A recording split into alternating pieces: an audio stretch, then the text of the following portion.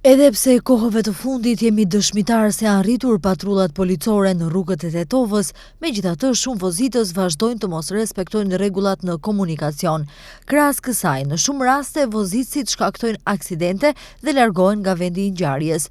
Një ngjarje e tmerrshme është regjistruar ditën e djeshme kur një 67 vjeçar nga fshati Shipkovic me veturën e tij ka goditur një karrocë ku ndodhej një fëmijë 15 muajshe. Të njëjtën në orën 15:30 në sektorin për punë të brendshme në Tetov, është raportuar se në rrugën JNA në Tetov, automjeti i pasagjerëve Passat me targa të Tetovës ka goditur një karrocë përfoshnja e cila po shtyhej nga prindërit EH dhe FH nga Tetova, në të cilën ndodhej fëmia i tyre 15 muajsh, pas së cilës është larguar nga vendi i aksidentit. Pas marrjes së masave dhe aktiviteteve, është i gjetur automjeti dhe drejtuesi AM 67 vjeç nga fshati Shipkovic e Tetovës.